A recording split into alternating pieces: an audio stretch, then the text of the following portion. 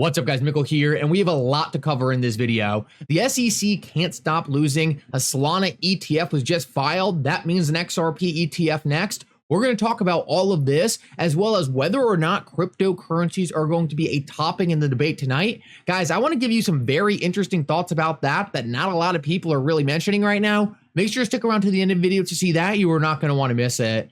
Guys, like always, your support means so much to this channel. Thank you to everyone who takes the time to like these videos and subscribe to the channel. These two things really do help me out so much. Also, if you ever need a good place to buy some XRP, make sure to check out my favorite exchange Uphold down in the description of this video. With that said, though, let's jump right into it, and I hope you guys enjoy the content. Because I want to start out this video and talk about another massive loss the SEC just took in the courts, and this doesn't directly relate to cryptocurrencies, but it's still a huge loss for the SEC because they lost at the Supreme Court level. Essentially, what the SEC was doing was using their own in-house courts to try people, essentially to try to increase the probability they would get a favorable ruling. Now, guys, this was such a big issue that Elon Musk and Mark Cuban actually filed affidavits in this case because they thought it was such a massive issue that the SEC was essentially using their own system to try to get favorable rulings. Now, like I said, this doesn't directly relate to cryptocurrency, but the reason why this is such a big deal is, one, if Ripple or any other crypto player was now to go to the Supreme Court,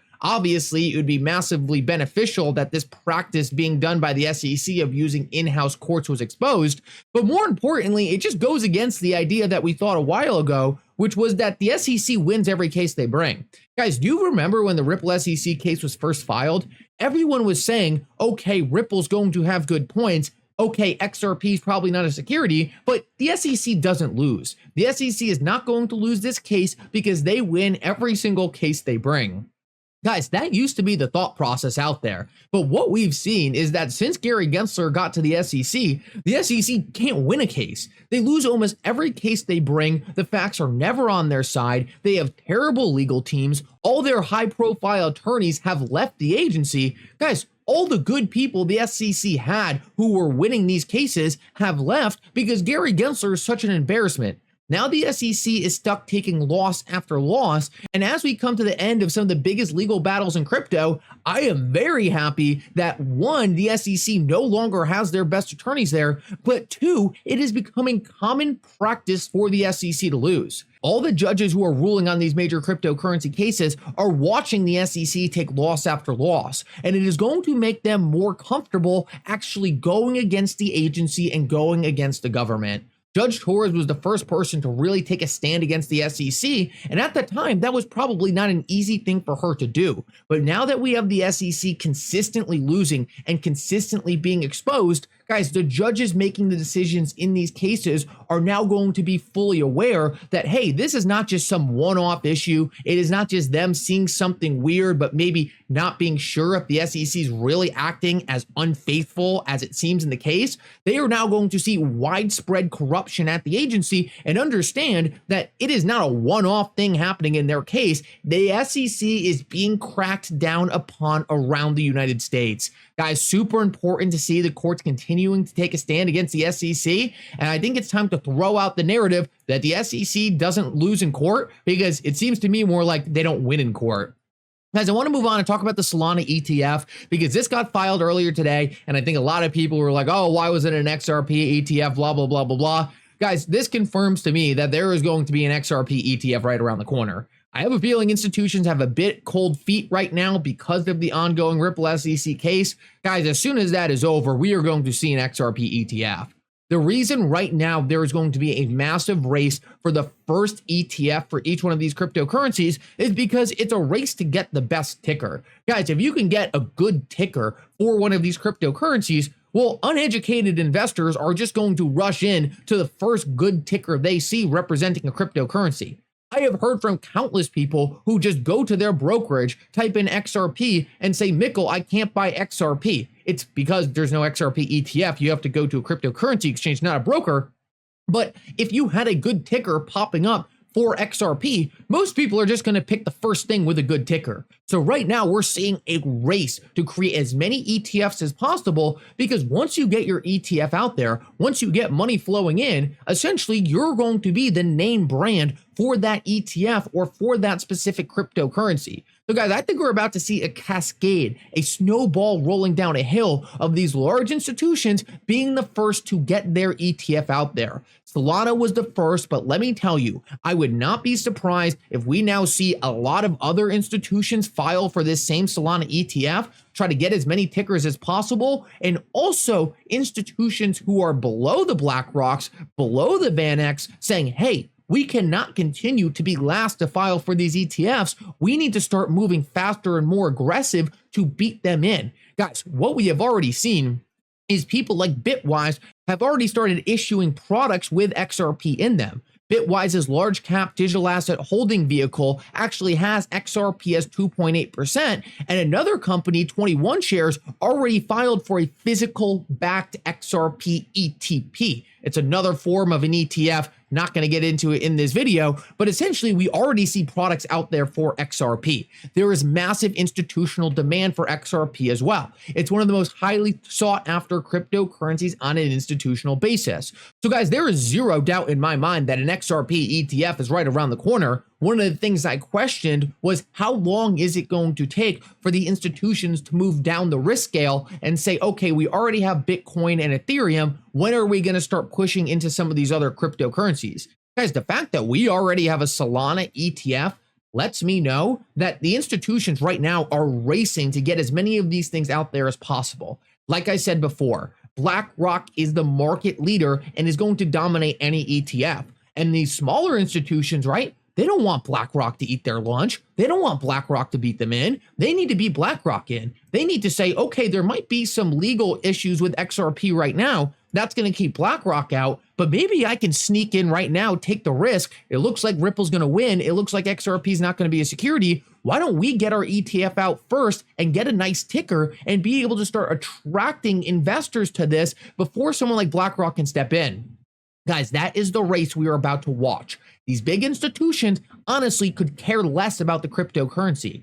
They just know that they are going to make a massive amount of fees on top of these products, and therefore they do not want to have any of their competition beat them to it. Guys, this is about to be a massive race. And the last thing I'll say in regards to this that I thought was very interesting is that Solana didn't really pump when this thing was filed. When we saw the XRP ETF, XRP went parabolic.